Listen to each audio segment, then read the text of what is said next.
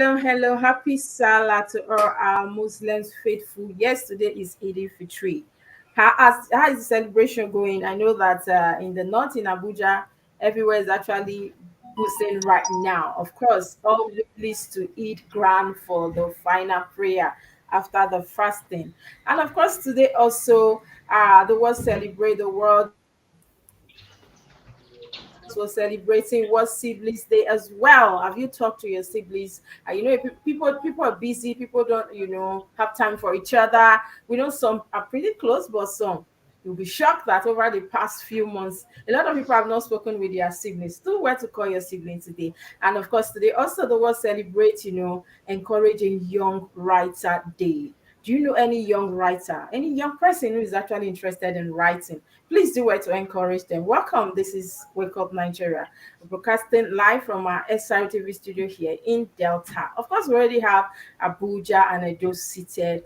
And today also we also have guests that will be coming in as regarding to the Salah celebration and of course World Animal Farm Day. Good morning. My name is Princess Kessie. And quickly, let's be joined with Abuja and of course Edo. Princess, good morning. Good morning, Princess. How's How Delta are you today? today? I'm fine, thank you. Weather is fine. Sun is up and everywhere is bright. How is the Salah there? I know that part of Edo mostly are, Muslims. We know the celebration would just be like that of Abuja to an extent, unlike Delta here. Yes, you're right. You're right. Um, Part Okay. of Edo Can is you hear me, bubbling right Princess? now. Yes, I can hear you. Can you hear me? Part of Edo is bubbling right Yes. now. Yes, the Aduwawa area, most area that are Muslim populated, they are bubbling right now. See them doing their thing. Well, congratulations once again to our Muslim faithful. Abuja, good morning. Blessing.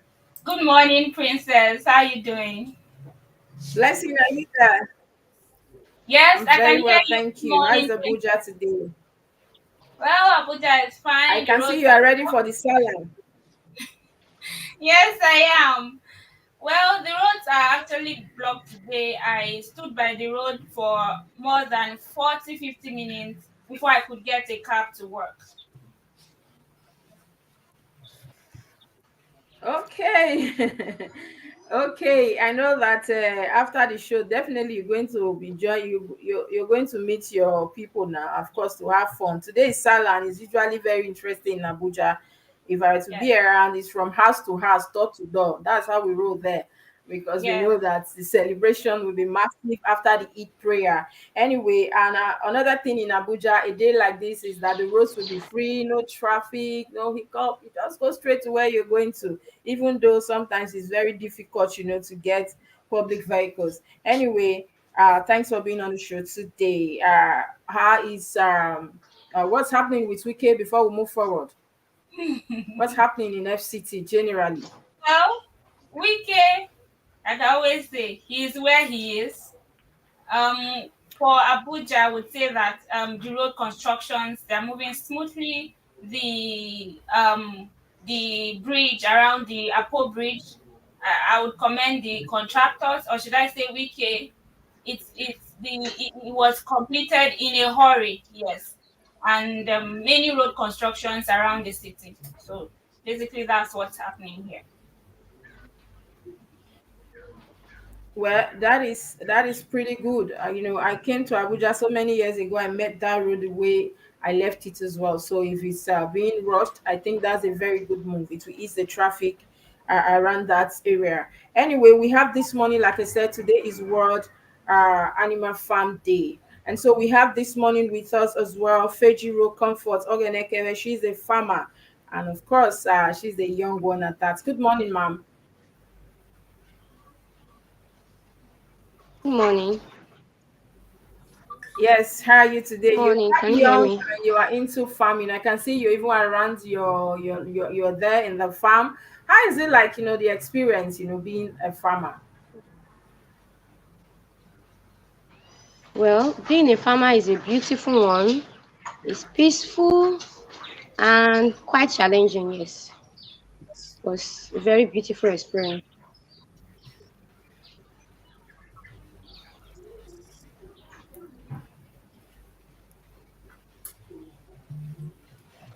Did you get me? Hello? Are you there? Hello, Princess, are you Yes, there? yes, we can hear you, Yes. ma. Yeah, we Okay. can hear you. So could Yes. you walk us through what it's like being a female in farming?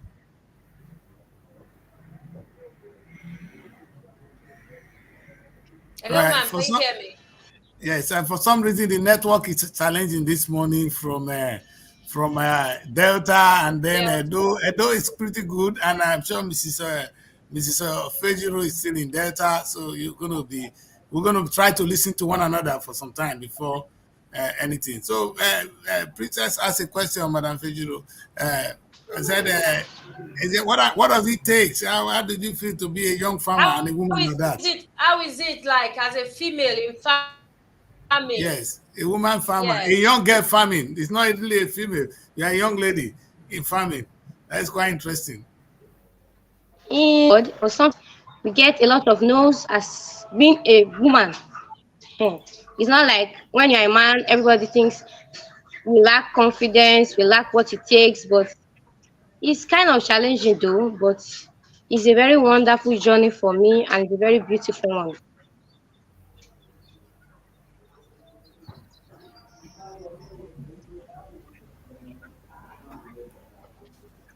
So what part of farming are you actually into? What branch of farming? Okay, I'm a poultry farmer and I deal specifically on broilers for meat production. Wow. So what's the market like? What's the market like? I know the economy in these days is Market is really is interesting. wide, is big. Ah, the economy is frustrating right now, but the market is big. The market is big. The market is there. Market is thriving, but the economy is frustrating our efforts right now. Anyway, apart from the economy, what are some of the challenges, when we talk about animal farming here in the country? What are some of the challenges you go through on daily basis?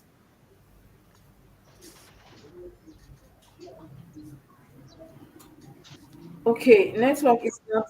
Okay, the challenges we have here presently, one of the most common one is the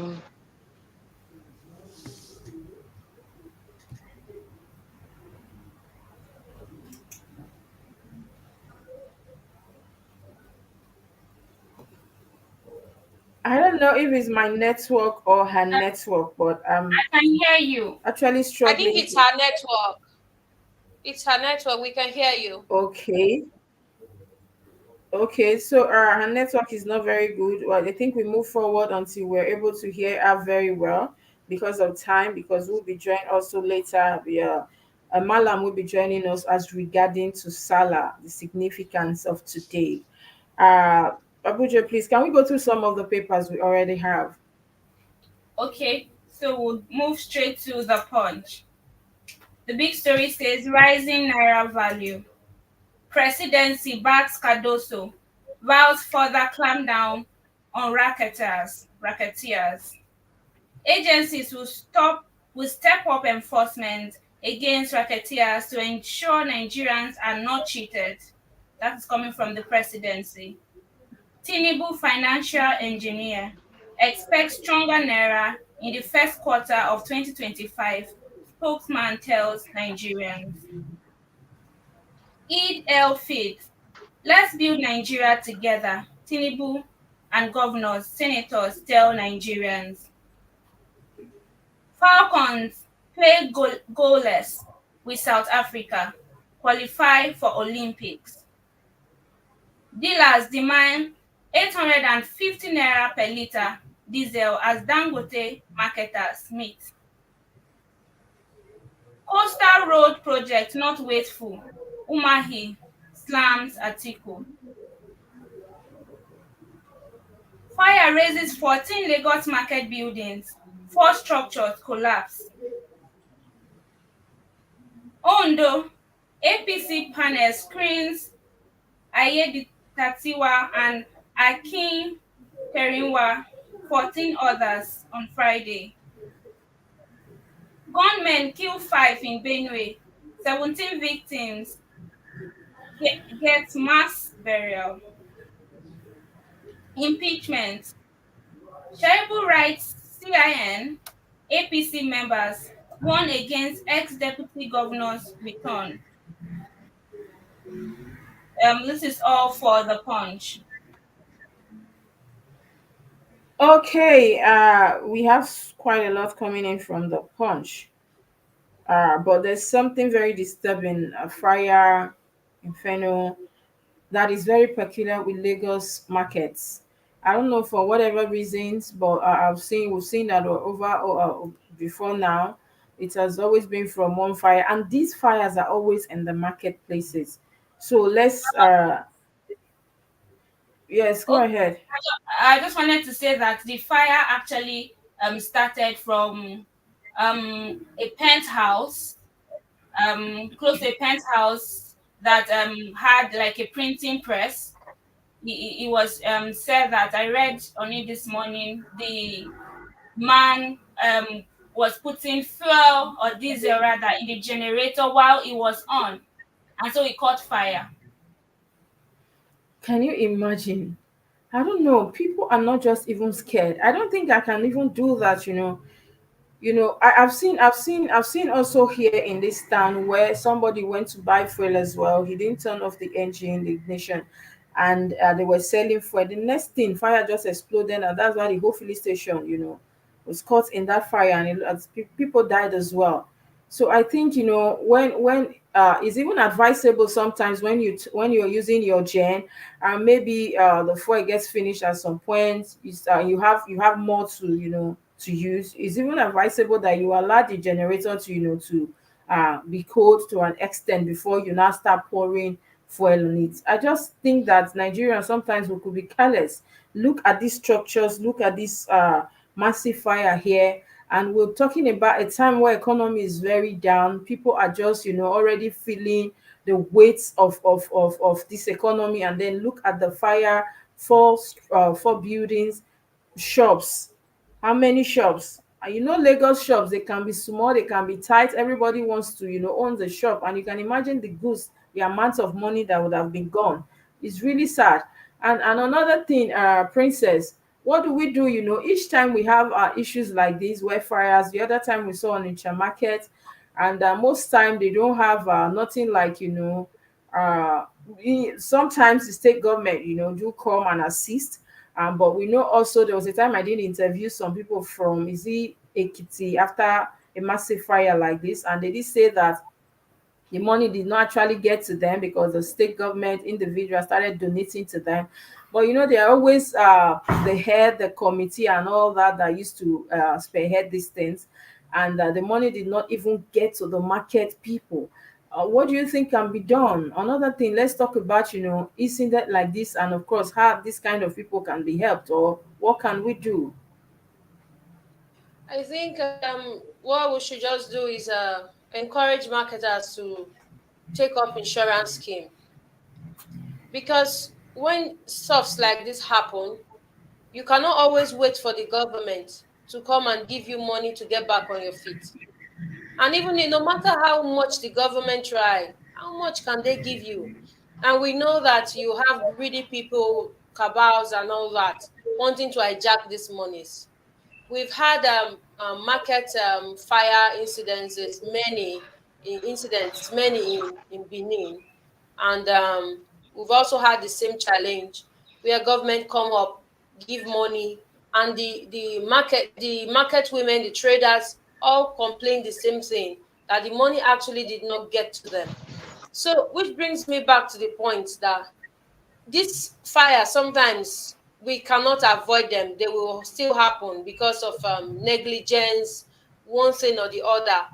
But as a business person, we should also think of how we should encourage them to get insurance or something, because if they have insurance like this, it's also a relief.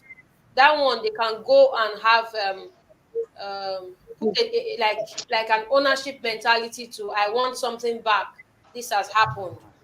But to wait for government, And also we should also encourage people in crowded places to get fire extinguisher around, to get to safety, because sometimes the fire department might be very far from where the fire is, and it could even happen in the night where there are very few people around.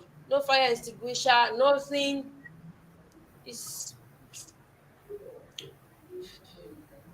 Anyway, you know one thing about insurance, Nigerians, we don't even is Chelsea Noja, we interviewed, and he said that day that how many people know about insurance. People do not even know the benefits. A lot of people just think, okay, insurance, these people want my money, or that they are not being properly informed, or they are not being properly schooled about it, and so people do not actually know the benefits, or they just feel, oh, anytime I need something or something happen, that about insurance also will go a long way. So I think, yes, that's another step we can actually take, because the way we're having fire incidents in Lagos is so alarming, and especially in their markets.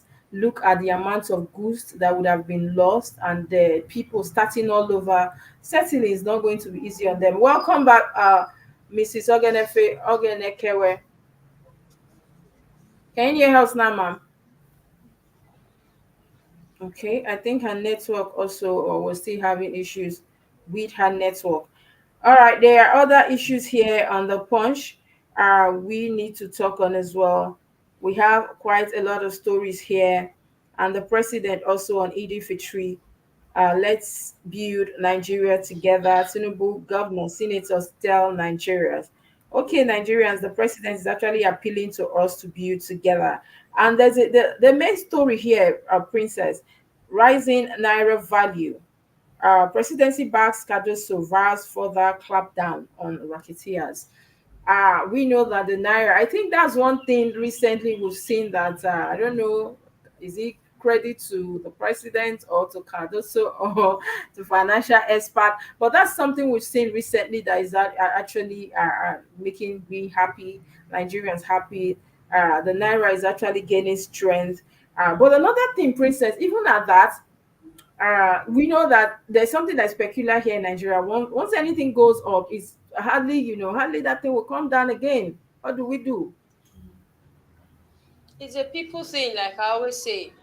It's easy for you to look at the government and blame the government, but you see, the government is also made up of people, and so it boils down to people thing. It's a people thing. You are selling something and the price has gone down, you will not bring your own down. You buy it at that low price, and you will not sell at a reasonable retail price. You It's a people thing. It's a people thing, but yet you see them blaming government, blaming government. The government are individuals. You say they are corrupt, but now it's a people thing. You have regulatory bodies wanting to also quickly cash in on the fact that the price has gone down. They still want to sell at high price. It's just a people thing. I don't want to say it's a Nigerian thing. I don't know. It's just a people thing in this part, and they say our government, a government is a reflection of its people. So if anything that goes up does not come down here, we should be careful how we point fingers at the government, because it's just a people thing.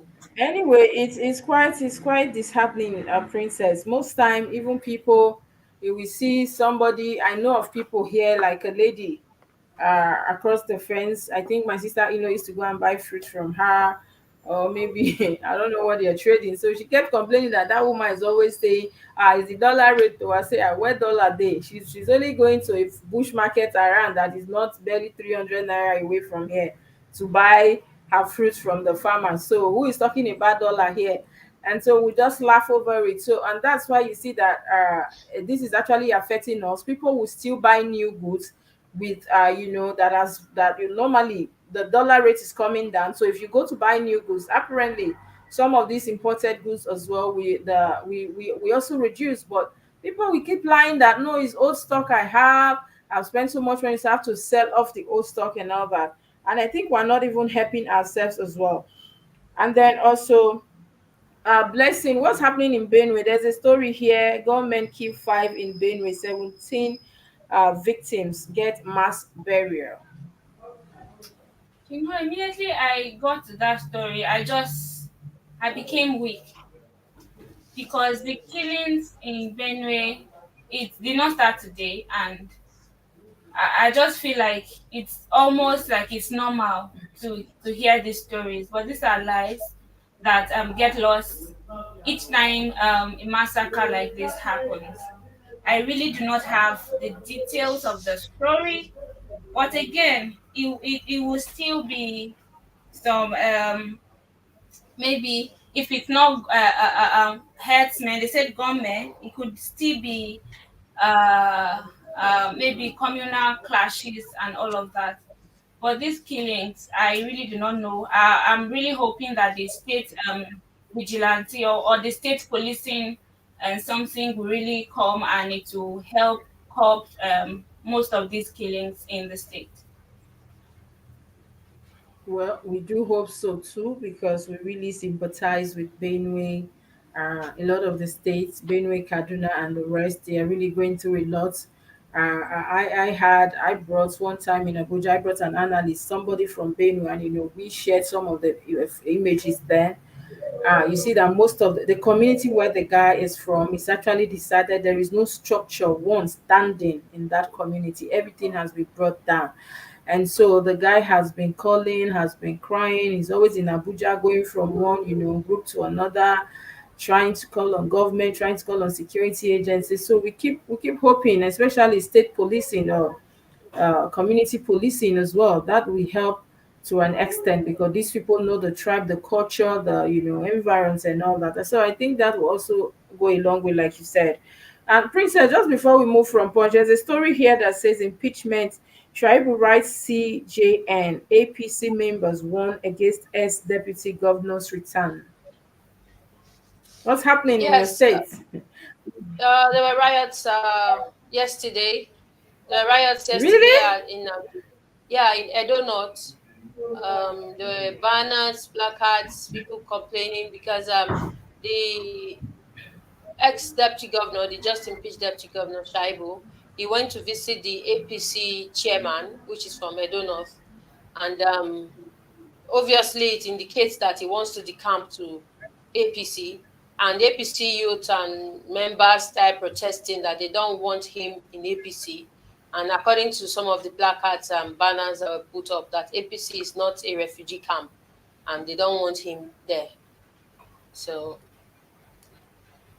just somewhere Hmm. there, they don't want him there. But looking at all these Princess, yesterday, we had a legal practitioner from Edo State. Of course, we a lot of people to throw their comments and all that. So with this whole saga, the legal practitioner that came on the show yesterday from Edo State did say, he revealed a secret, meant something that is meant to be a secret, government secret, something about the state. And that Chris was trying to ask, what is this secret? And is this secret against the state, against the people, or? And he said he went to Abuja, the appeal court, to say they are planning impeachment plan on him. Is that supposed to be a secret? So, the saga is what we do not understand. But you are there, you are on ground. What do you think is actually the problem?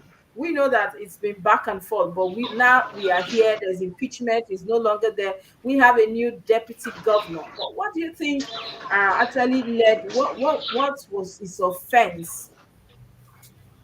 Well, without being biased, I was kind of close to both offices for a while. Without being biased, the Edo State Governor Godwin Obaseki was very liberal.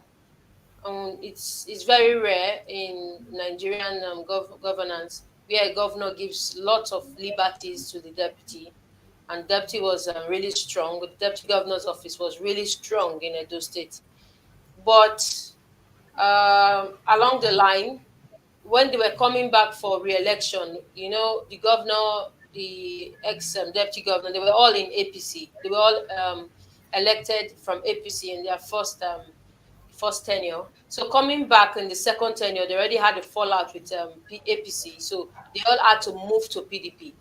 Now, after moving to PDP and they emerged, the campaign promise that they made, that even made people in Edo Central give them their backing, was that the governor said that power will go to the Edo Central in the next election. That power will shift to the Edo Central. So because of that, the Edo Central people, it was now called the Esan agenda. They bought the idea and they supported him regardless of party divides. Now, in this upcoming gubernatorial process, the deputy governor, or the ex-deputy governor Shaibu, indicated interest to run for office, and the governor said that that was against the arrangements that they had coming for this second term. But the deputy governor insisted on going, and so the governor had to like do a show like, I'm not in support of what he is doing. I'm still sticking to the initial promise I made. So the governor started putting some hard measures to show people, yes, some people, that I'm not going back on my word. So before there was even a notice, nobody even heard. The deputy governor went to this court and took the government to court, took the House of Assembly, the Speaker, and the CGN, the IG, took all of them to court and says they want to impeach him. So everybody was like, why is he crying foul? And even as at that time, the governor was swearing in commissioners, and the deputy governor was not in that ceremony. Rather, he was in Abuja when they were the House of Assembly, House of Reps were doing something. He was in Abuja, and he was seen with APC people, snapping pictures, whining and dining, while his governor, who is from another party, was swearing in commissioners. So as at that time, things were already heated up. And so it was clear that the liberty that the governor gave was too much. And so the governor started withdrawing lots of things. He was in charge of revenue, the governor withdrew it. He was in charge of sports, the governor withdrew it. So the governor started withdrawing those liberties. And so it now escalated, and the deputy governor withdrew his case from court. He went to beg and all that, and the only But then it was too late. yes, it was too late. The only thing the governor wanted was that he should withdraw from the governorship race, and he didn't want to withdraw, and so that's the drama that's playing out. So now they have anti-party activities against him. They have many charges against him, very many.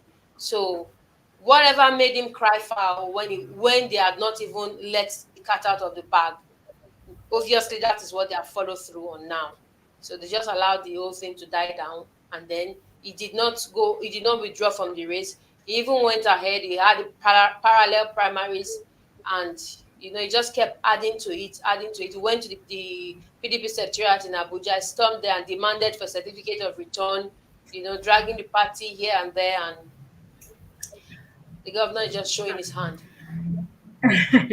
Anyway, it's going to be a very long battle from what we've seen, because we know that somebody that can actually, go to this extent, just wanting to, hold on or click onto that seat, we definitely want to do more.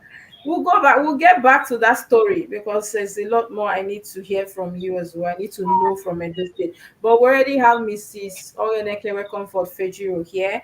And we were just asking about some of the challenges you go through being, into animal farming here in the country.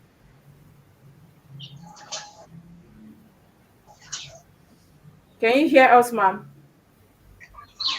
We have very poor power supply. We need light. Then the price hike. I don't know, like what your colleague was saying, is the people's thing. I don't understand. You sell today, you go to market, you buy another price.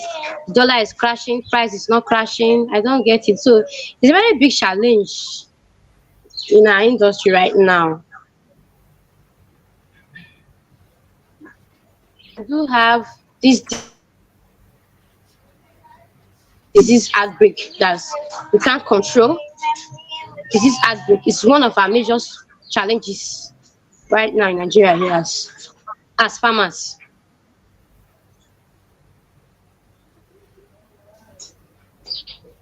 Okay. And ma'am, let's talk about Did you some get of me? the important. Yes, yes. Even though my network is, I don't know if my network or your network that We is can hear you shaking. clearly, Princess. Okay, ma'am, you have been into farming for some time now, and how is the business like? Talking about, what are some of the important steps someone needs to take in going into, animal farming, and of course, how easy or stressful or difficult are these steps? Because today we celebrate World Animal Farming Day.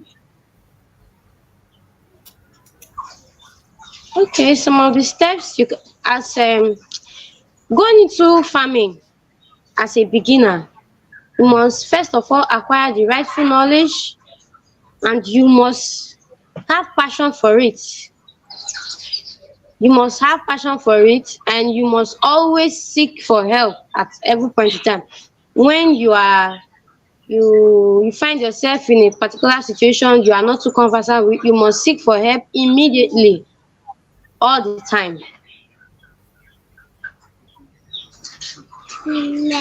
All right, let's talk. Okay, go ahead. I think my Are you team, they getting? have questions for you. Yes. Please come again. I said I think my team also will want to ask their questions before I continue with my princess and blessing. All right. Okay, so good morning from Abuja. Um, this you said you do livestock, and we know, at least I know a few people that are into livestock farming as well.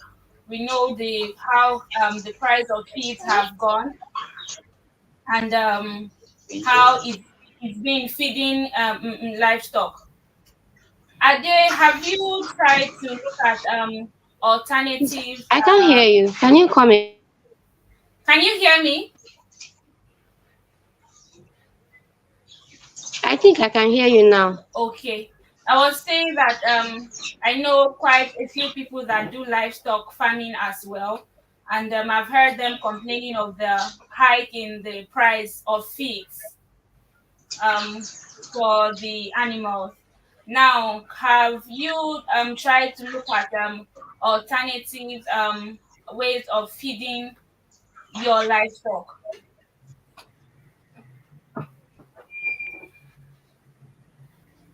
Did you get that question, Mrs. Sogenekewe?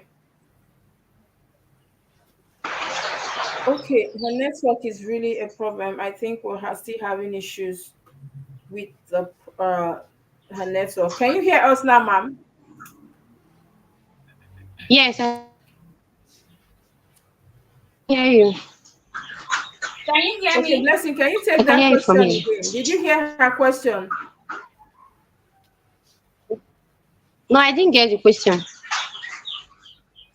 Okay, I asked if you Blessing, can have you? alternative feeds for your livestock, because we all know that the price for the feeds in the market, the processed ones, are actually very high. Do you have alternative feeds for your livestock?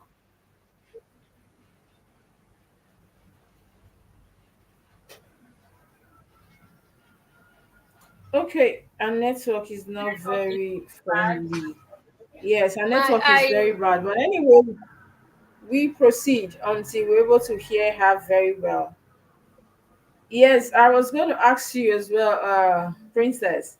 Now that the governor, we are at this stage where we are here.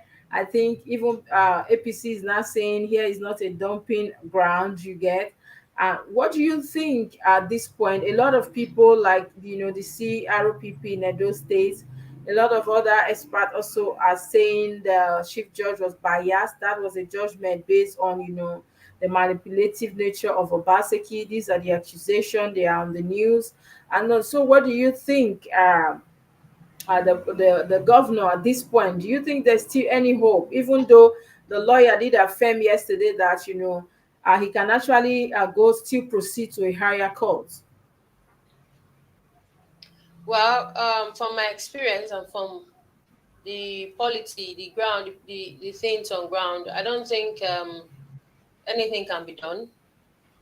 Even if he proceeds to higher courts, before they will finish that matter, this tenure will be over. It will be It has over. been over. And yes, I think this is poor politicking. On, I won't blame the governor. I'll blame the deputy. This is poor politicking on the part of the deputy, because there are times when you know you don't want to play by the rules, you need to leave when the ovation is still high. You know, there were high points where he could have just pulled out. If you don't want to bend, you could Left, just pull yes. out. Yes, at that high point where your value is too high, just pull out. And if you want to now decamp or go back to the APC, then you can go back. People look at it that, oh, he bowed out at his own on his own terms. Not when you now allow them to impeach you. It's not like a public thing. They are dragging you around everywhere. And the very funny thing that I really hope politicians will learn from this thing is that if you want to do politics, just do politics. Don't bring pettiness. Don't insult people.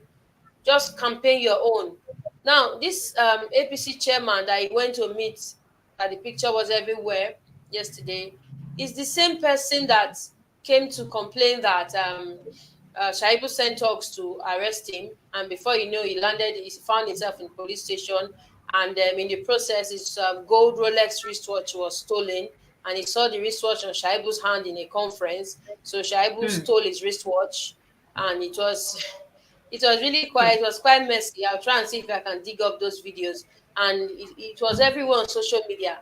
Now, Tribal came out, said his own. The man, the APC chairman, said his own. Then it was Vice also said his own, and they were dragging themselves everywhere. All of a sudden, yesterday, they just saw two of them snapping together. And people were like, "What? Where is the Rolex wristwatch that he stole from you?" And that pettiness is too much, because this is politics. You can just jump from here and go there. There's no divide anymore. So you should be careful how you talk to people. So back to your question, like, what do I think? I don't think anything is going to happen. I really don't think anything is going to happen, and I really don't think the deputy should continue fighting. I really don't think so. I think he should just preserve his Wow. integrity. At this point, there's something about living with your dignity, with your honor, or maybe not even getting the to that place, but then you still have your dignity, you still have some people around you, especially when you said there was a promise made to the a certain part of Edo as regarding where the next part, the mantle will be shifted to. And then I want to believe also that he was aware of this promise, and all of a sudden we're not seeing, this issue. Anyway, like I said, we'll still go on that story, but we have her here now. Ma, please, can you unmute your mic? Okay. Okay, Blessing, quickly ask your question again. Okay. I was saying that the cost of feed in the market is high. I was asking if you have alternative ways of feeding your livestock apart from getting the processed feeds from the market. Okay. There are alternative ways, but personally, I don't do alternatives because if you want to say okay, you want to get raw materials and start producing, I'm in Delta State, our raw materials are very far from us. So by the time you add up, you're still arriving at where you were. So we just for now we're not using any alternatives, we're just staying afloat till everything comes back to normal. Oh, okay. So what you're saying is that you can't use because I used to know a woman that would use maize, just I don't know what she mixed, but she would use it to feed her livestock and she was doing pretty well. So are you saying that we need for feed production you need things other than the things we can get around us?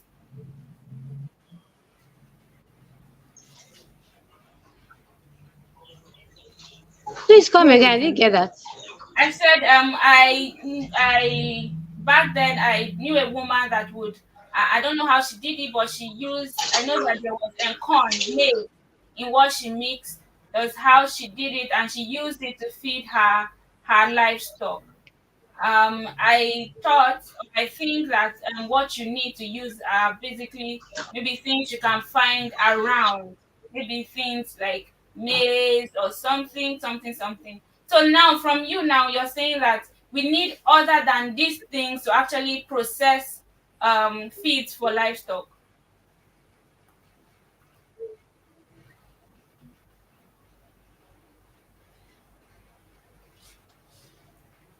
Okay, her network Um, as well. I think she's probably really probably failing. tomorrow. Probably tomorrow, I'll try to get an animal scientist to join us, because I remember growing up, Okay. my eldest sister, she did animal science, and she focused on poultry feed and all those stuff. So I remember she will follow her to where they buy things. There's so many things other than maize that they use, so many things. And now poultry farming has gone more than the one we used to do before. You just go to where people make pap, collect the shaft and all that. It's gone more than that, where they are already looking at selling at 8 weeks. They already have a particular weight they want to attain and they want to achieve. So they have many other things they take into consideration. Unlike this foreign feed that they already made feed. Those ones they've already calculated everything, measured it in proper appropriate portions. So if you want to make your feed, each of those vitamins and all those things has to be in proper proportion, not just the maize alone. So if you start feeding them only maize and all those things, you will not have the weight you want, and you might not have healthy beds as you want. So I think that's what she's saying. Like the raw materials are not readily available, because I've seen some of those things. They look really weird. Some of those things are not readily available because of our location. So maybe we'll probably will get someone that is experienced in animal feed to come talk to us about it tomorrow. Anyway, let's quickly move it, to the next paper we have. Okay, we'll take the Guardian. The big story says 2017 bottled water resources bill, 179 million Nigerians in dire straits lack access to potable water nationwide. And this is on page 6. We regret voting Tinubu in 2023, say northern leaders. Cost of trade 5 times higher in Nigeria than US, says World Bank. Police worry over forceful seizure of pedestrians' phones in Lagos by hoodlums. More queries, protests against Lagos Calabar Coastal Road project despite defense. Tears as fire got popular Dosomu market twice in 30 days. 2027 ADC calls for coalition to save Nigeria. You can't sack Abure, NWC members, Labour Party tells NLC. Tackling inadequate, overcrowded hostel facilities, universities. NCDC begins probe into unknown disease in Sokoto. On the front of cover of the Guardian, we have pictures of the fire that happened in Lagos State. These are all the stories we have on the Guardian this morning. Hmm. Quite disheartening when you look at those pictures. It's quite saddening as well. But let's look at this main headline. We're seeing here that how many are we again, Princess? And then we're seeing 179 million Nigerians. I don't understand. The other day we celebrated World Water Day and all that, and we talked about access to clean water, access to especially in rural areas, communities where they are not able to get potable water. So at this point, 2024 was still having up to 179 million of people. not having access to potable water. Blessing, this is worrisome. Yes, you the other day I was saying that you go to some areas here in the capital city and you're looking for a house, right? And then the landlord gives you a very like an amount that you look at the house and you're wondering where's this amount coming from, and then they tell you there's water inside. And I'm like, wait, is there not supposed to be water in this house? Is water a very is it not normal that you should build a house and provide water in the house? Is that supposed to cost like an extra something? These are the problems that we have. There are so many houses. Back in the day, if you visit like old quarters, even here, maybe if you go to federal housing, you see that the houses they built those days, they had connections, water connections, that water just runs in the house. Now houses these days, I don't know what the water board is doing. Everybody has to dig like a borehole. There are no I don't think that sector is really functioning to make sure that there are pipes like connected straight to each house to get water. Water is really is a problem. It's actually a big problem. There are so many communities here in Abuja that have no potable water. It is a big problem. Princess, are you there? Yes, I'm here. You see, blessed. Why people say there's water in the house? If you look at where we are coming from, I remember while growing up in my house, we have water connections, as in how water should run into the house. But Yeah. most times we will still have to go to the tap outside to get water from the tap outside. Even that tap outside was being was on water board, the water board connection. Even at that, people, there are many houses that did not even have that tap outside. They will still have to come to our compound to come and get water. Now people now started the water board system now crashed, so people had to start doing borehole. Yes, borehole. So houses now started having water in the house, because that federal housing estate you've been talking about, like water just run inside. As at then, it was like Oyibo standard, because for the normal person, you cannot really get the pressure into your house. So you have to go fetch water from the tap outside. So when people started having borehole, it kind of reduced the stress of water, because then people used to sell water. People queue up early Yeah. morning to go and buy water. Yes. So with the advent of many houses having borehole, it has even reduced that stress, because the water board system has crashed. So till now, there are still many houses that do not have water in their house. Water cannot flow in. There's many people that they cannot even sink a borehole. There are some streets that you will not even see one borehole. You have to go to the next one to get water. So when they give you a bill of your house goes up because of water, the person is trying to tell you that I've gone the extra mile to provide water. So the water board system generally has collapsed. So everybody is resolving to self-help. But that is not supposed to be so. Water is actually very important. And if there was no presence of NGOs, I really wonder what the society would have looked like. Most of these communities you go to, you see that, oh, this borehole was donated by one NGO, it was by this person. What is the government really doing about these water situations in the country? I have not seen. Is there a borehole in your community that, my mother's village, there's this borehole that they said the government came to dig and all of that. Right from when I was a child, that I would go there, not for once did water come out from that borehole.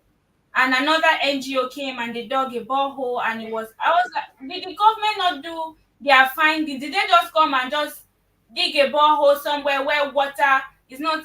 These are some of the issues. No Blessing, proper.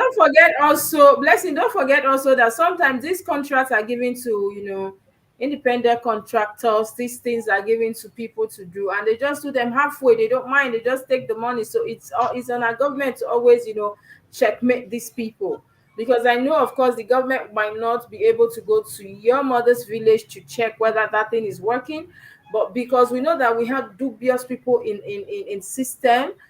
So I think also the government should find a way of checkmating these things, because you will see, you will be shocked that that contract was paid for, and maybe apparently so they will be thinking that that one is a closed case, the water is already running.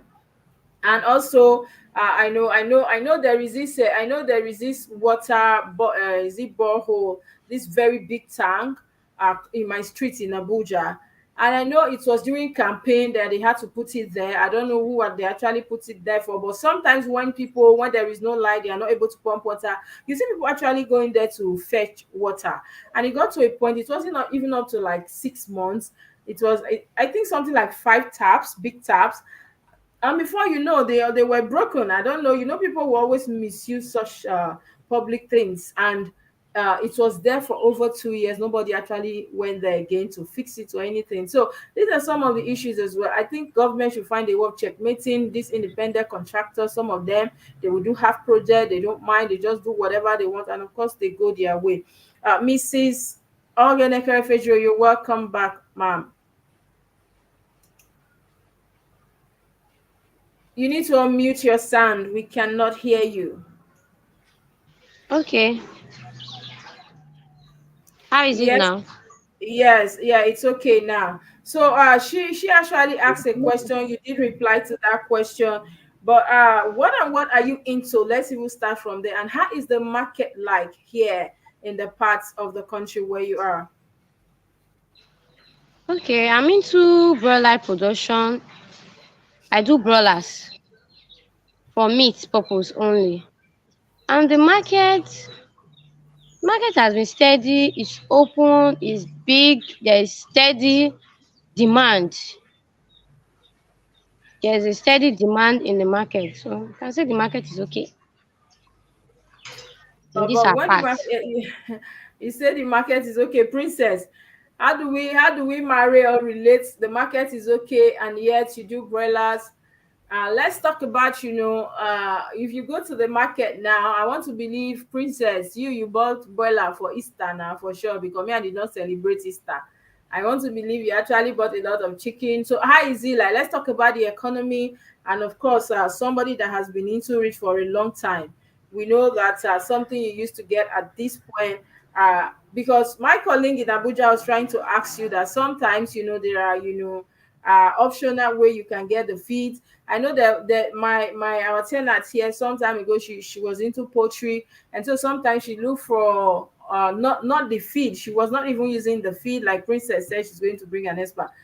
There are things she used to use. She goes to people that are working, shaft from other things, gifts from people selling fishes and all that. So a lot of things like that she will gather every day and use. Apparently your own is quite big, and is another thing because hers was fish, into fish farm. So how is the let's relate it now. Princess, I know, of course, you celebrated Easter. I didn't buy chicken. The kids Princess, can you hear me? yes, can you hear me? I I can can hear hear you you. clearly. Go ahead. Okay. I didn't buy chicken. I didn't buy chicken because the Okay. kids they're on holiday, so I really don't really have no friends to go buy chicken. So, but I know that there was a time I used to buy live chicken for 7,000. At the time I went back, I started buying for 15,000. I went back, started buying for 17,000. That's before the dollar drama. So I think as at December they were selling for 25,000. So I did not go there for Easter. I did not near them for Easter. So I don't I don't know how much that some chicken will be right now, you know. So the market will be there, demand will be there, but it is the price at which it will now come to you that is the issue. So I don't know. Okay, I didn't go there. But I know also, madam, that during the Easter, a lot of people were complaining, and there was actually a low sales or turnout as regarding to sales. A lot of people did not buy; they just have to walk away because of the price. And now, is this get towards the price of feed, the amount of feeding you what's it called, the feeding you buy, or what transportation you use to get it? What did you get that question, ma? Okay, the market. Personally, in our farm, Did we you don't do get? festivity. We don't do festive sales. Can you hear me? Yes, we Yes, I can can hear hear you. you. Go ahead. Okay, we don't do festive sales. So whether they are selling like this for Easter or Christmas is really none of my business. So what we Go do, ahead, we we sell can. to eateries, we sell to hotels. So what is happening in the market during festivities has nothing to do with us. So that's where I come to this issue of using alternative means. I'm into commercial production. By the time I start sourcing for this and that, I will not get it in the quantity I want it. You get? And that will also affect my output. I have a time, I have a target that from now to so like a week time or in 6 weeks, my best will roll out. By the time I start going to getting this from here and it's not enough, I'll be wasting more time, and time is money. So you get, that's why we don't Time even is think about all money. these alternative means. Okay, ma'am, just before we let you go, what are some of the advantages when we talk about, livestock, farming here in Nigeria? Livestock, as a farmer, especially in the livestock, people see you like, okay, you're okay. Really, yes, it's a very beautiful experience. You have this nature thing, you're always around nature, you're always, when you come out of the city, you are in the farm, you have this, as in, I don't know how to put it, your body temperature, your mind, everything calms down because you are dealing with nature. You are always having this peaceful aura around you. You don't always take things like, okay, everything is going on, but you are in the farm, you experience peace, you see your birds. I don't know how to put it, but it's like a more of a We a understand way you, of ma. life for me. We understand you perfectly. So no rush, no, heat, no, and all that. This rush we see in the city and all that. You're just in a camp place doing your thing, your business, and you're at peace as well with everything you do. But another thing is that a lot of young people don't really want to go into farming. That is a research we've done before. A lot of young people see it as if I want to hear anything that has to do with livestock, farming or whatever, agriculture. It's something that people just say, okay, it's me you want to do reduce to a farmer and all that. I know you're quite young, you're married, also you have so many children, and also you are doing this so passionately. How is it? I know we've asked you that question before, but I just want you to throw light as we, before we let you go. As a young person, going, you've been into farming so far, and a lot of people, like I said, would rather prefer what we do, a lot of other things, but not farming. How do you feel, when people try to, how would I put it, when people come to you and say, oh, why did you choose this over maybe something else that you should have done? Because I actually saw that scenario yesterday. Somebody that actually was into farming, and she got a job at Asaba, and she now left the farming, traveled to Asaba. So I think the dad was very angry that how can you leave this massive project and you're going on a job, a salary job? And she said, no, no, no, my mates are working, they go to work every morning and all that. So that's why I'm asking. Okay. People, when you tell somebody you are a farmer, they look at you as farming is dirty, farming is stressful. Yes, before now, eh, there are, when you want to go into farming, it's very, very time consuming. You get to do everything yourself, giving them water, giving them food. But in modern day farming, things have changed a lot. You want to give water, there is automated way of giving water, there is automated way of giving feed. So you have time. And as far farming is dirty, it's not really like that. People see it from the outside world as dirty. In short, they see farmers as poor people. On the contrary, it is not like that. Farming is very profitable.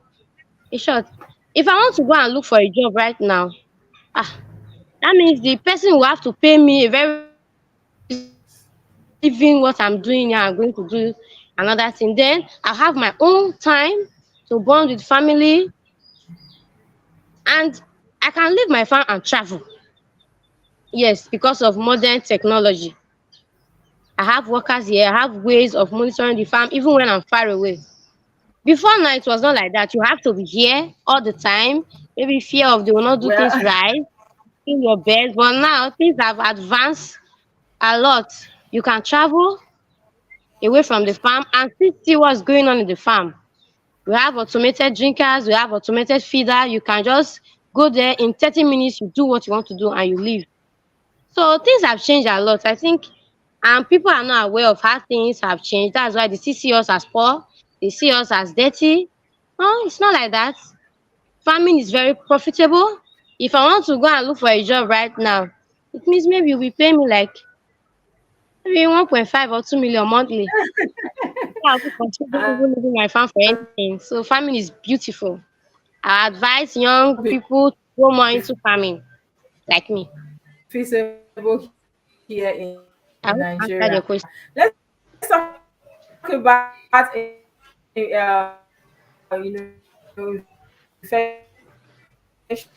infections on your bed or Please, I can't hear Hello? you.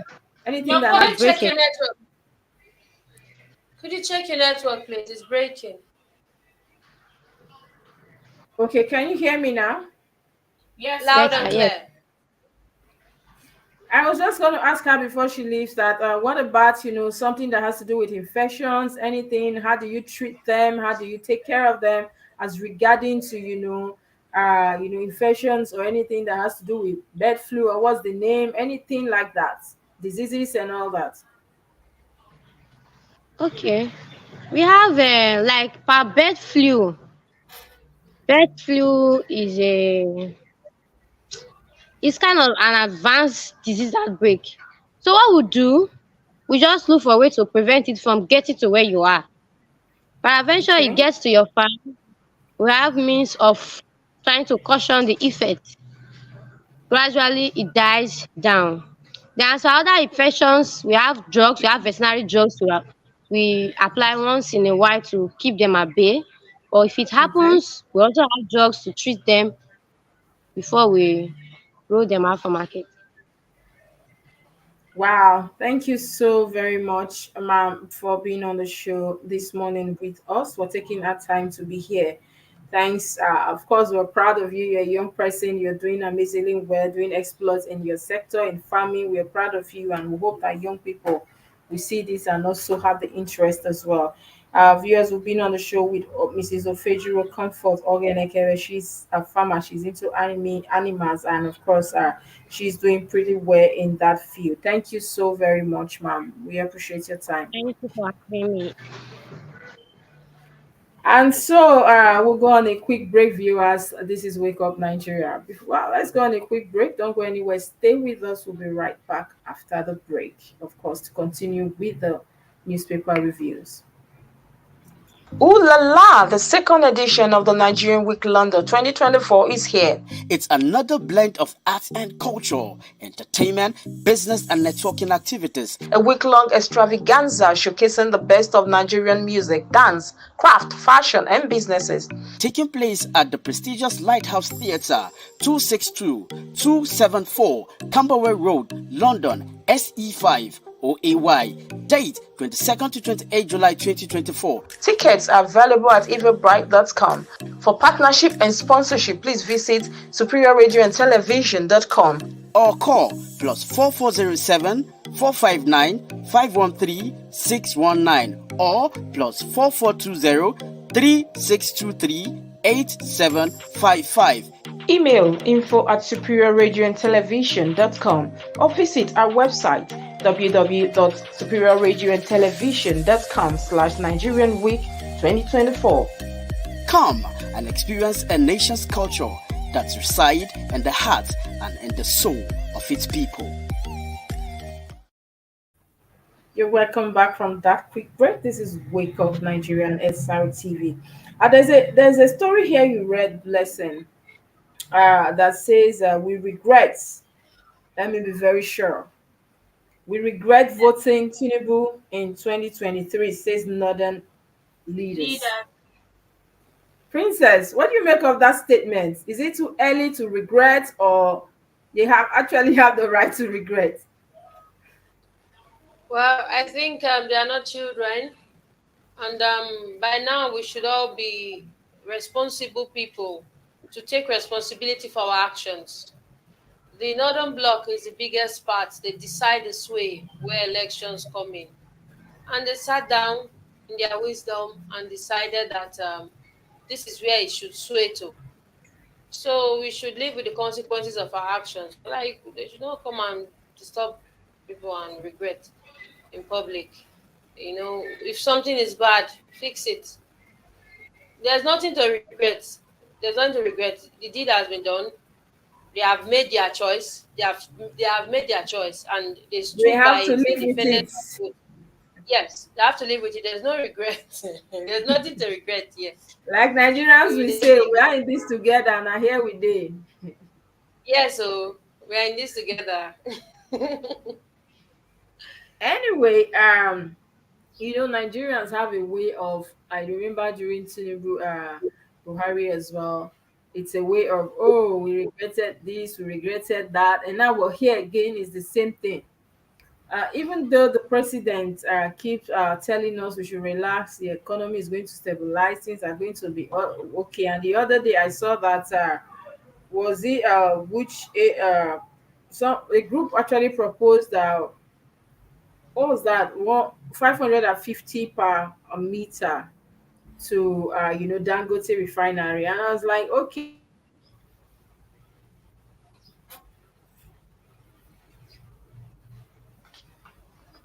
Are you there? I'm sure she's having issues with her network. yes, my network is very bad. And so I think also that, at this point, like you said, we should just leave him. At least we still have 4 years to go. So regretting, I think this is a little bit too, early for you to start regretting, because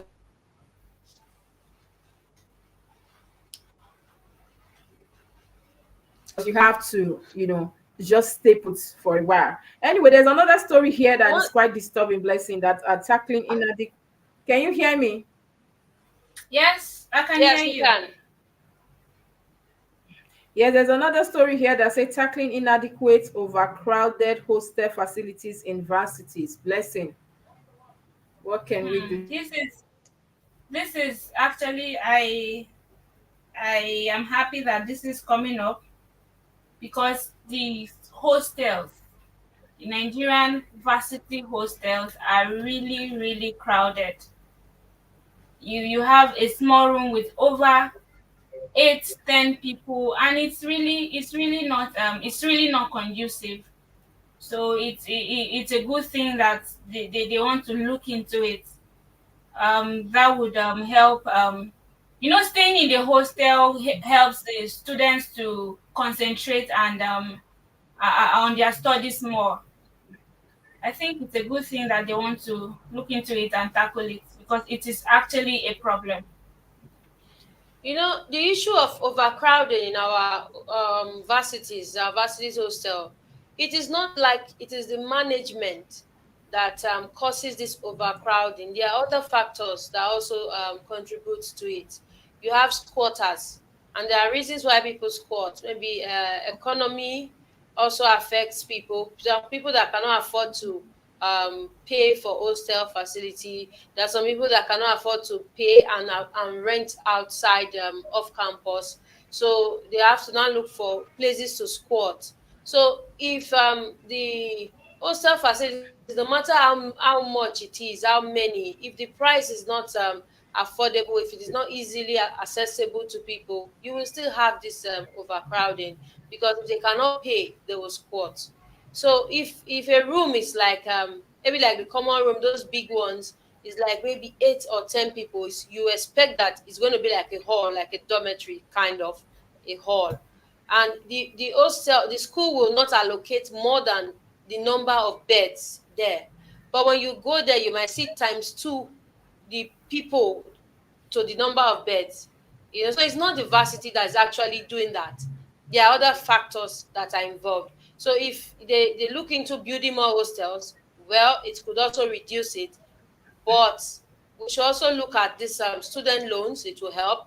We should look at making the economy better so that people can afford certain things. It will also Afford. help. Mm. Yes.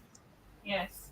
I know that's true, because then in school, Joe, I never blessing. I don't want to believe that living in school will make you more serious or concentrate. I think it's a thing on the mind. That's for me anyway, personal, because I've never lived in the school hostel. I was off camp, but then I was serious as well. And then I had my friends as well off camp. But we then in my class, so we had people also in the hostel. We have inside the school, of course, we have the private hostel, and of course the public hostels. The private, I think, then two to a room and before to a room. Then the other ones you have like 8, 10 beds and all that. The bunk beds even are there. And then, like she rightly said, we have friends. They have friends. They will keep coming to squats and all that. So it's usually very crowded. And some people naturally do not have the money, do not have the resources, to pay these bills, and others as well. So they tend to just hook up with their friends. They were survivors in school. They were just trying to survive, make sure that no matter what, they hang on until they are out of school. And so I think another factor here we should look at is the fact that there is this hostel. People believe that when you're in the hostel, electricity power supply is always constant, and so people tend to go to school hostels, because of course off campus we struggle with light generator here and there. So people keep going there for because of course in my school then there was always this constant light in school. It doesn't go off and all that, and maybe on Saturdays for maintenance, but every day when you go there there's light, and so people tend to just want to be in the hostel meeting their friends and all that. But it would be a good thing to actually uh put an eye on that as well, especially talking about female hostel with their batik bati, and there are plenty things. And women, we have too many baggages. You go to male hostels, you don't see plenty. One student will just come with normal one box, but you see us then. I used to travel to school as if I'm traveling out of the country. So many things, activities here and there. All for what is what I don't know. But anyway, it's a good thing that they are looking at that. And then there's a story here as well that caught my attention that says police worry over forceful seizure of pedestrians' phones in Lagos by hoodlums. I don't think that's only in Lagos. Even in Abuja, there are places in Abuja, e.g., I've seen in Area 3. That's why if you notice, blessing, people don't like using the pedestrian bridge there. People don't like going far from that junction there. They rather go and cross the main express, no matter how wide that road is, risking their lives. Even me, while I was working at my former office, I used to come to that junction, that area 3 from area 8. And of course, I used to run past the road. And so people don't like using that place. People don't like going to quiet places, because the moment you just trek towards that pedant, because that place is usually very quiet, even in the daytime. These people just take your phone, anything in your bag, and they run. What can you do? You now start chasing them and enter inside the bush with them. And so sometimes we've seen cases where security agencies were there, but they couldn't enter the bush to meet these people. So what can be done? That's the thing we're talking about. We know also that in Maraba, in Abuja, is a peculiar thing, is everyday thing, constant. Even if you are making call on the highway, on the road, on bike, somebody, your phone is gone. Even if you're in a taxi, you can't bring out your phone and be pressing Yeah. it. You must make sure everything in your back, you are holding your back very well. And so I've seen these cases in Yanya, in Maraba. I've seen these cases at Lube, Kugla and all that, even in the city center as well. In front of UTC around 7 p.m.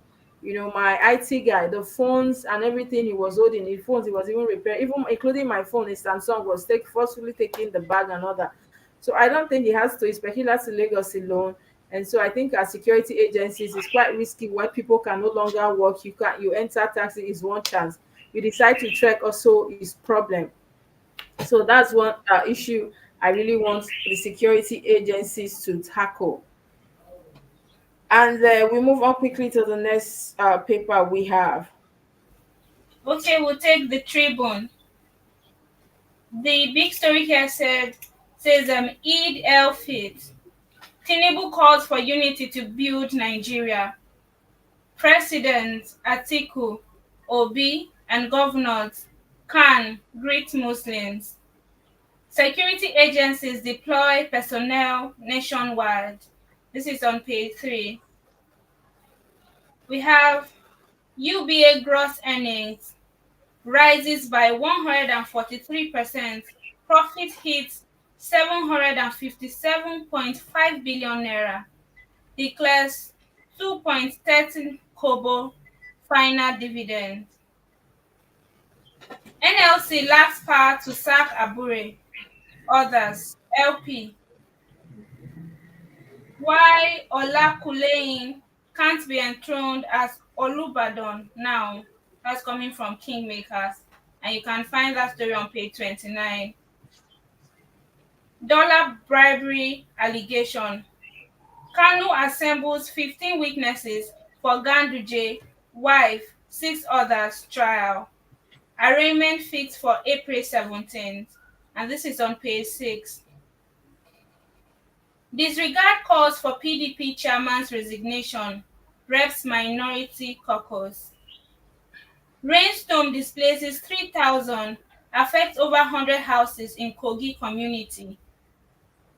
Atiku demands full disclosure on Lagos Calabar Highway project. Pandemodium as 4 building collapse, 14 others gutted in Lagos market fire. And this is on page 27. These are all the stories we have on the Tribune. Okay, let's look at this story here that says Kanu Assembly 15 witness for Ganduje, wife, 6 others trial. Princess, I don't know if you still remember when that video came out about Ganduje. Can you remember that video? I remember a video trending. I remember. Yes, where we saw him, pocketing a very big, uh, you know, uh, they were so it was very fatty dollar note, pocketing it in his adagba, and it's from a public contractor that was actually awarded a contract, and now he came to pay homage, or he came to pay the governor. I think the governor was trying to get his cut as well, and we know that that video actually went viral, and it was really massive then, and all that. Coming out to say no, it's not, it was misunderstood and all that.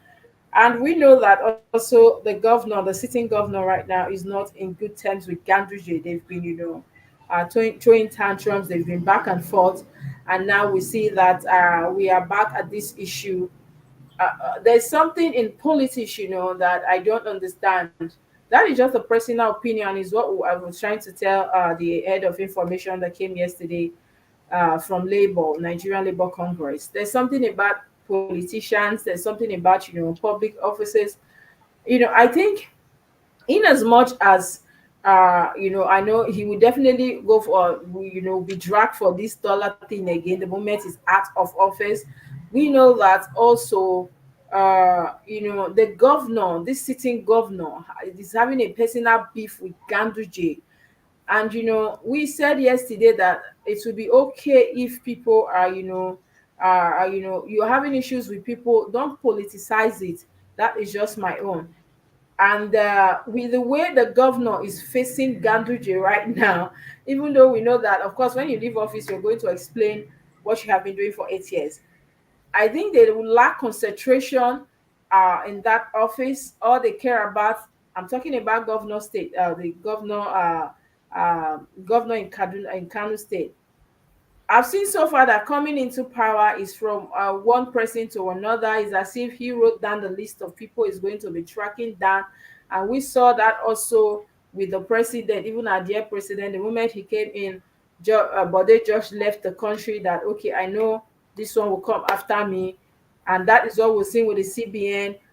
Former governor Emefiele, that yesterday was arraigned, also is being held again up till now by the EFCC. And so I don't understand. We're saying here dollar by bribery allegation. And so it has not been confirmed, even though we saw that video and he confirmed that he was actually pocketing a large sum of dollar in his pocket.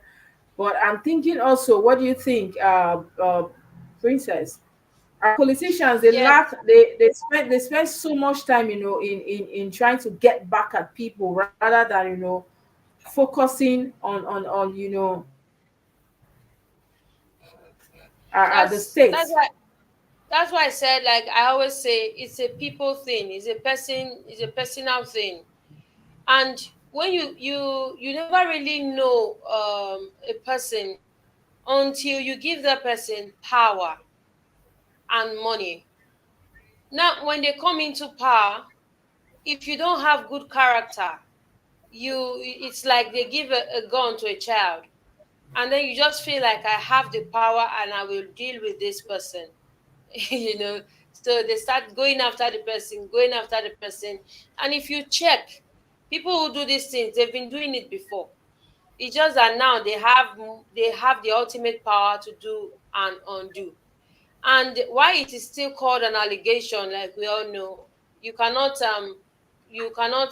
call somebody guilty until it is proven by the court. So it will still be tagged allegation. So they are in court to prove that it's actually a crime that was committed. Then the other person too is in court to try and make a defense that I didn't do it or I did it. So whether we caught him red-handed or not, as far as the court has not said he's guilty, it will still be tagged allegation or a suspect, like that. So it's a personal thing, because they don't have, they lack character. The fact that you are in office does not make you a leader. You are either a leader or you are something else. There's no good leader, there's no bad leader. You're either a leader or you're a tyrant or you are something else.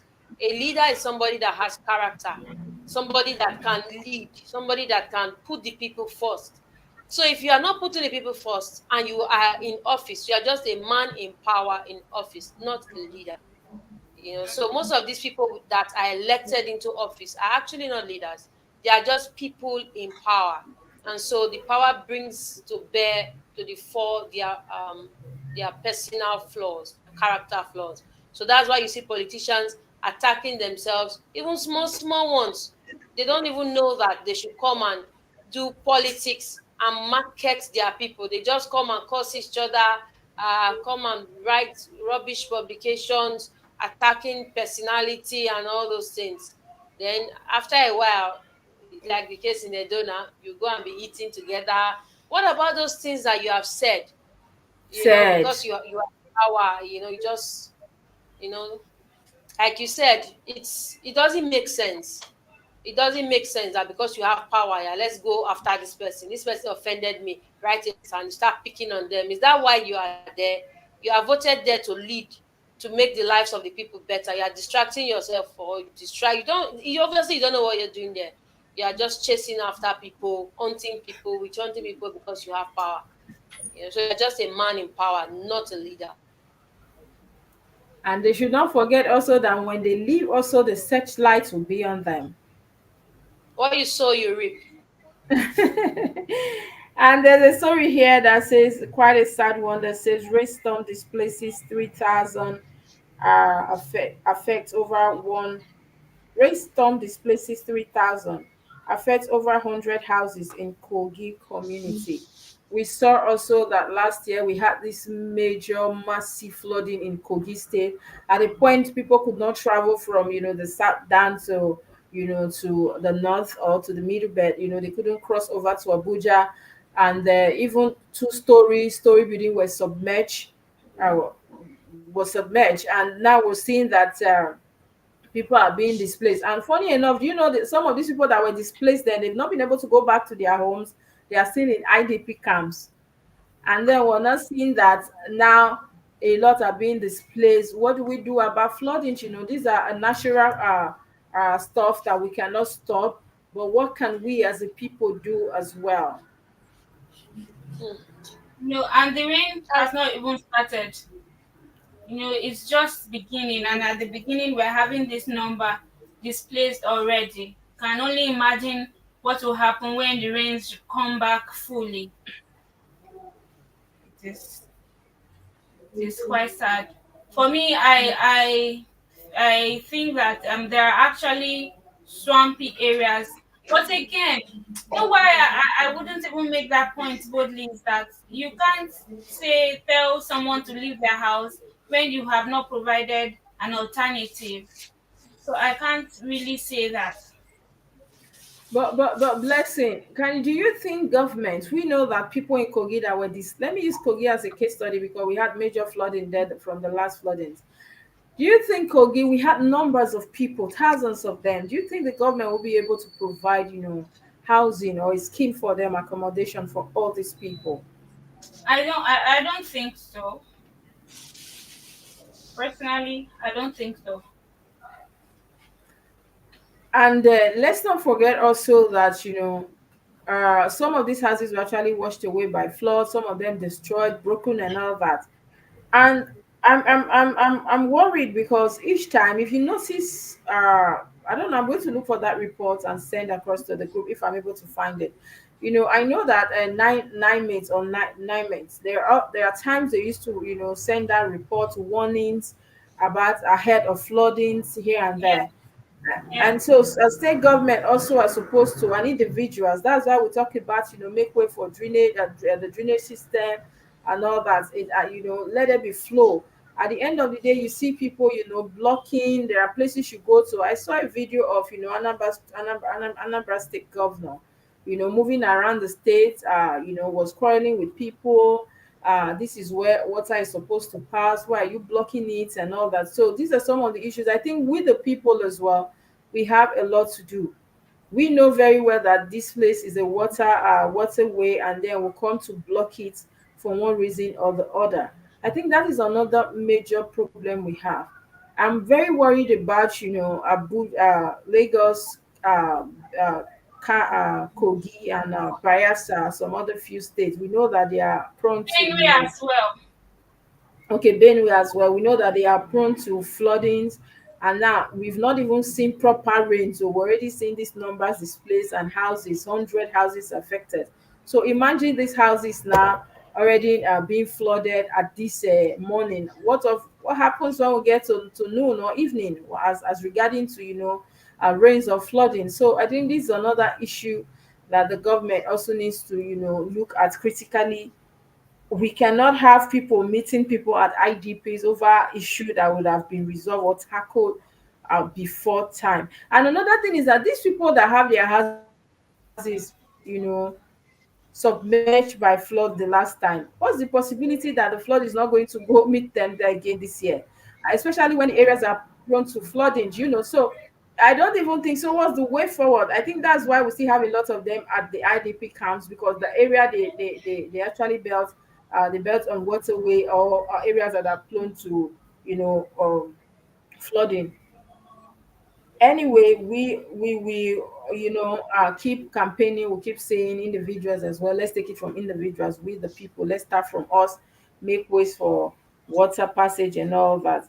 We move on quickly to the next newspaper, except you have a story here you want us to take look at. I'm tired of PDP and of course Labour Party and their issues. We'll just go straight to the next paper then. We'll take Vanguard. The big story here says tariff hike. 20% of band A users without prepaid meters. Prepaid meters not readily available. This coming from operators. Fear of estimated billings haunts businesses, especially SMEs. Minimum wage amount we propose no longer realistic. This is coming from Labour. To adjust demand by 300%. And by the top, we have UBA's gross earnings rise 143%. Profit hits 757.7 billion naira. Eid el Fitr, Tinubu, Atiku, Obi, governors, Khan, reps, others urge sustenance of Ramadan lessons. Happy Eid al-Fitr to all our Muslim readers. This is coming from Vanguard. Misappropriation. Ganduje, wife, others to be arraigned next week. Why Saudi takes lead in moon sighting. Recapitalization. CBN projects massive inflow of FDIs into banks. Okwama. Army begins sitting in worry. Okwama leader, lawyer. Count us out. Our people are suffering in the bush. Okoloba leader, we will participate. HRH, Kalanama, Pere of Akubene in Main Kingdom. Nobody invited us. Lagos Calabar Highway, disclose full cost of project. Atiku tackles Tinubu again. Works Minister Umahi counters ex-VP, says Tinubu's road project most cost effective. Artificial intelligence is a technology of immense benefit, even to legal research and drafting. However, it should not be employed indiscriminately. By the sports corner, we have South Africa 0, Nigeria 0. Super Falcons qualify for Paris Olympics. And this is all we have on Vanguard. We talked about the electricity tariff. The other day we had expert here, and even yesterday we brought in the Nigerian Labour Congress as well on their stand on the issue.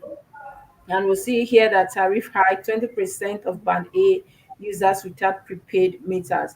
But funny enough, the man said that they from the authorities did say that it's not only for prepaid meter. Once you're on band A, whether you're having prepaid estimated billing, you will be charged for the new tariff hike.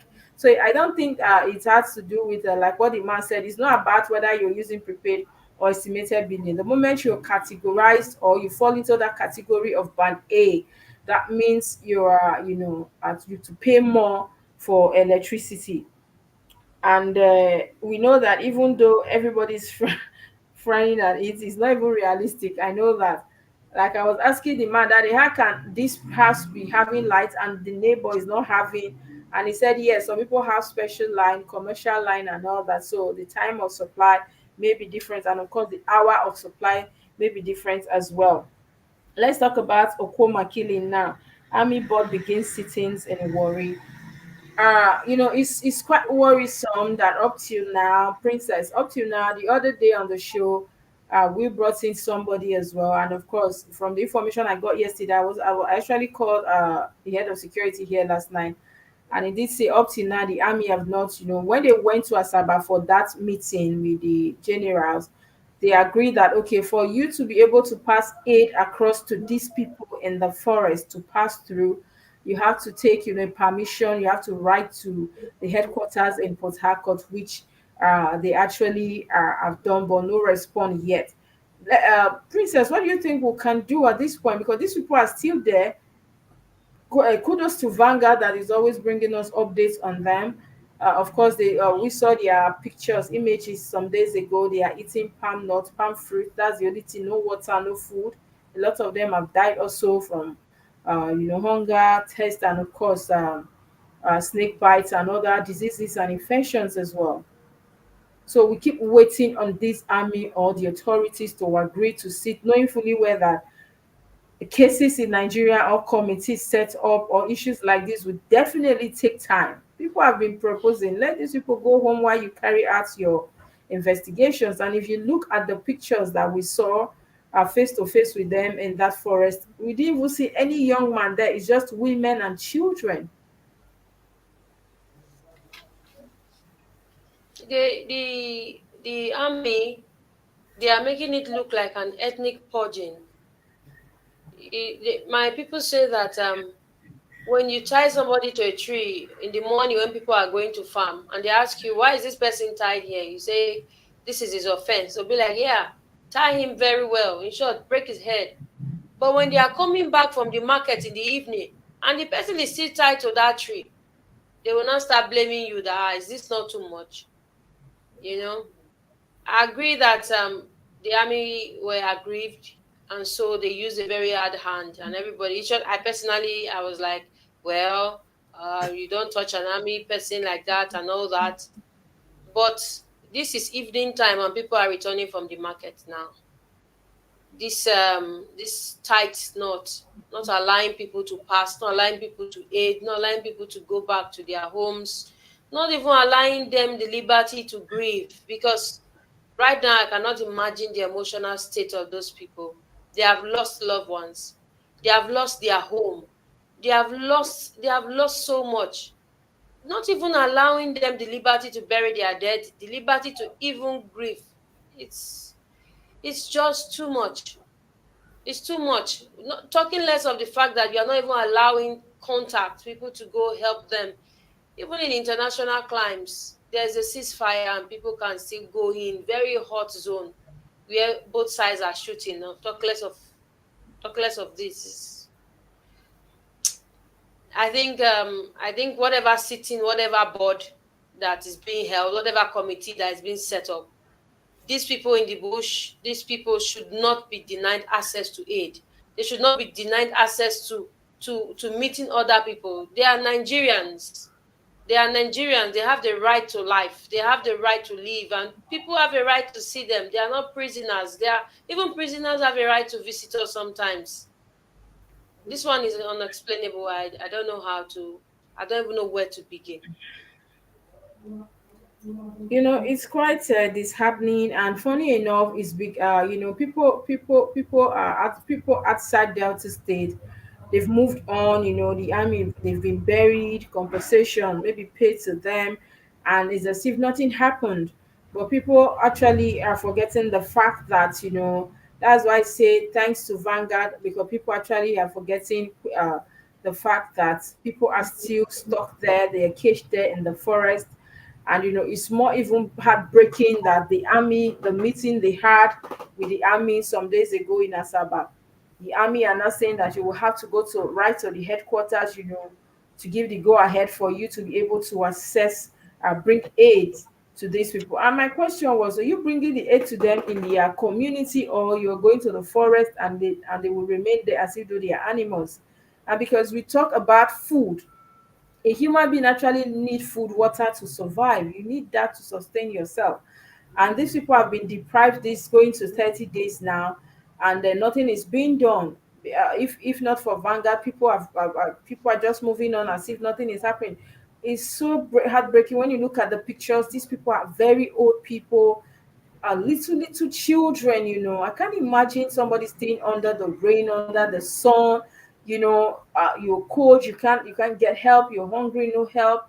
And the most annoying thing is that army is still in the community, around the community. Other villages around cannot give help because, of course, the fear of the Nigerian army or the military, of all fear of being attacked.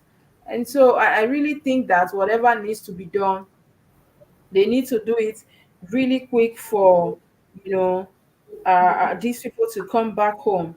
Anyway, let's take sports and then we'll wrap up. I was just trying to buy time to bring in the malam as regarding Salah, but I don't think we can keep waiting. He said he went for Eid prayer on his way home, but I don't think we can wait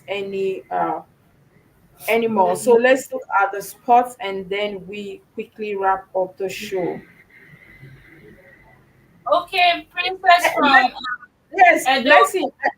I think you said. I was just saying if Princess from Edo can take the sports. No, I think I'm just interested in that main headline there, right? Okay. Let's just look at that main headline there in sport. I think, and that's the same story we have on the Punch, the sport decks of Vanguard. Okay, the Pond Sports Extra. South Africa 0, Nigeria 0. Paris, here we come. Falcons hold Bayana 0-0. And 16-year jinx to qualify for Olympics. That Yes, is and Blessing. They were actually making matter the other time. They were saying they are going to do this, and what I mean, I was even scared that these people don't come and use your math and say things, and tomorrow you are not able to qualify. What will become of you? They will start laughing at us. You know that we've always been at the wrong side of South Africans. Anything that has to do with Nigerians, of course, South Nigeria. Africa and Ghana. They don't like us, or apparently we don't like them. I don't know what they are fighting for, but we know that there's always been issues with us and them, and anything that have to do with us, they don't used to buy it or keen to it. So when I saw, the Super Falcons, boasting, one of them saying they will do this, I was like, God, please let these people not come and put us to shame. Oh. Anyhow, they will do it. They want to break that jinx. They should break it, and thank God that they actually are going to Paris. So it's a good thing. And like we said, also, our women are actually doing us proud. No hard feelings to our men, but I think the women are actually trying. When we look at our sports sector, they're actually trying, and we can't help but be proud of them, appreciate them, and of course keep applauding them uh, uh, as they go over to Paris uh, for more, more wins. That's what we have to say. Blessing, right? Yes, yes. Sure. More wins. Anyway, we'll still bring a sport analyst here to talk us through all that. And very soon we're going to be, hearing from them, sport people. That would be a good place to wrap up the show today. But today, just before we go, ladies, today is what sibling day. What's the last time you spoke to your siblings? Princess, let me ask you first. Today? Yesterday? Let me This guess. morning. Yeah, This morning. this That morning. makes it 12 points. Blessing, don't lie. When was the last time you spoke to your siblings? These people yesterday.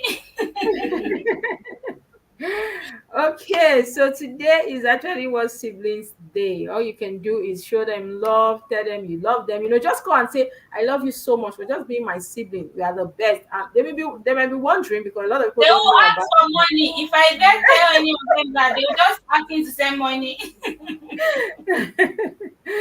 Anyway, regardless, you can do a recharge card for them. You can do something for them, buy a gift for your sibling. Of course, it's always a good thing when you look around and you look here, you see your siblings.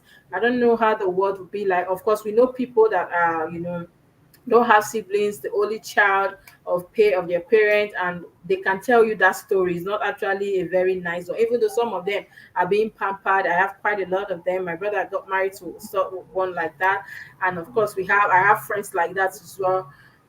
But sometimes too, it could be lonely to not having any sibling to talk to confide in, especially when your parents are no longer here. And so it's a good day, it's a good time to call a sibling to check on them. Just tell them you love them. They are the best siblings in the world. And today also it's we celebrate, encourage a young writer. So if you have anybody that is writing that is little book, even anybody studying, it could be a university person, encourage them to read more, to study more, to write more. And of course, when they know that people see them, people encourage them, that will just help them to do more. And so our Muslims faithful, yes, today is the D-Day. I think by now they've ended the Eid prayer, and they all roll this to celebrations everywhere. Princess, don't forget also in Delta State here, everywhere is just dry, man. This Okoma killing. I know we don't have them here. They are not very much here. Even I spoke to one northern guy yesterday, he's a tailor, and he told me that until I'll be in the shop, or where will I go? I don't have friends here. After months, I'll just go back to the shop and keep sewing. And so I think people should have fun. Today we wish our Muslim faithful a happy and a peaceful celebration. And I'm also happy that the security agencies also have been able to deploy people across some states, across places, to make sure we have hate free celebration, peaceful celebration. We urge you also to share love with our Muslim people today as they celebrate. Well, thank you so much for being on the show today. It's been amazing morning. Uh, Thank you, Abuja. Thank you, Edo, Benin City. And of course, London Station. Thank you so much. We do this again tomorrow. And of course, where you are out there today, Salah, let's share love. Of course, the president, the senators, the governor, they all are preaching harmony, love, unity. So I think that's a good place to draw the curtain today. Is love, harmony, unity, peace. That is what we want in Nigeria. So please, let's give it to people as you go out today. And don't forget also that peace is always priceless and peace is paramount. We see you again tomorrow on the show. Ooh la la! The second edition of the Nigerian Week London 2024 is here. It's another blend of arts and culture, entertainment, business, and networking activities. A week-long extravaganza showcasing the best of Nigerian music, dance, craft, fashion, and businesses. Taking place at the prestigious Lighthouse Theatre, 262-274 Camberwell Road, London, SE5 OAY. Date 22nd to 28 July 2024. Tickets are available at eventbrite.com. For partnership and sponsorship, please visit superiorradioandtelevision.com or call +4407 459 513 619 or +4420 36